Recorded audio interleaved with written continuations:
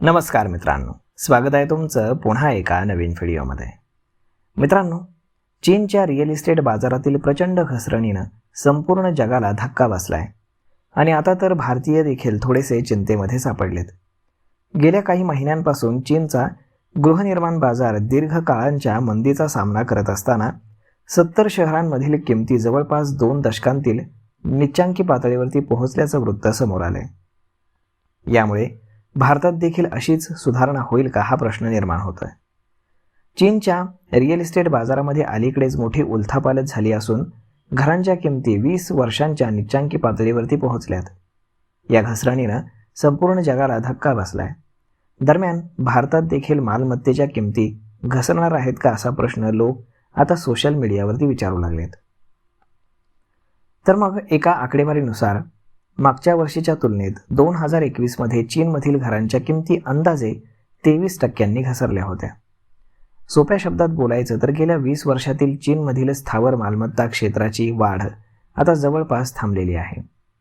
अशीच परिस्थिती भारतातही निर्माण होऊ शकते का असा प्रश्न आता विचारला जातोय.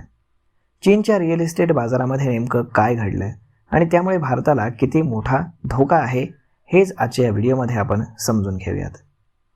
एका अहवालानुसार चीनच्या रिअल इस्टेट बाजारातील ही सातत्यपूर्ण घसरण अचानक झालेली मानता येणार नाही, तर ही सलग 4 वर्षांपासून सुरू असलेली मंदीची घसरण आहे. 2025 पूर्वी पहिल्या 10 महिन्यांमध्ये स्थावर मालमत्ता गुंतवणूक ही 14.7% कमी झाली, तर नवीन घरांच्या विक्रीमध्ये सलग 5 वर्षांपासून घट होत आहे. त्याचवेळी न विकलेल्या राहण्यासाठी तयार घरांचं क्षेत्रफळ 391 दशलक्ष चौरस मीटरपर्यंत वाढलं, जे 2021च्या तुलनेमध्ये 72% जास्त आहे. चीनची कहाणी म्हणजे अतिरेकाची कहाणी आहे.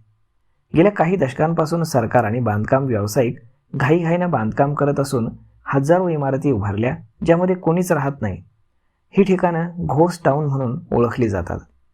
अशा परिस्थितीमध्ये पुरवठा गरजेपेक्षा जास्त झाला आणि लोकांनी गुंतवणूक करणं थांबवलं. तेव्हा अखेरीस हा बबल फुटला. त्याचवेळी आता अशी परिस्थिती आहे की बांधकाम व्यावसायिकांकडे पैसे नाहीत, बांधकाम प्रकल्प रखडलेत आणि लोक हप्ते भरायला तयार नाहीत. परिणामी किमती कोसळत आहेत. चीन जगातील दुसरी मोठी अर्थव्यवस्था आहे. एकूण संपत्तीमध्ये स्थावर मालमत्ता आणि संबंधित व्यावसायिकांचा वाटा अंदाजे 25% होता.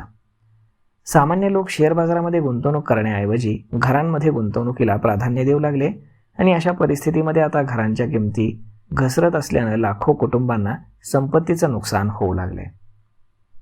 तर मग मित्रांनो, अशा पद्धतीनं चीनच्या अर्थव्यवस्थेचा कणा हा सध्या ICUमध्ये आहे.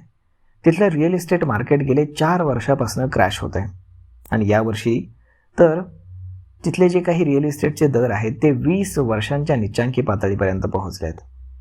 तर मग आता भारतामध्ये देखील अशाच पद्धतीची काही घटना घडू शकते का, यावरती आपलं मत काय हे तुम्ही आम्हाला कमेंट करून नक्कीच सांगा. आणि जर हा व्हिडिओ तुम्हाला आवडला असेल तर आपल्या जवळच्या मित्रमंडळींसोबत देखील हा व्हिडिओ तुम्ही शेअर करायला विसरू नका. धन्यवाद.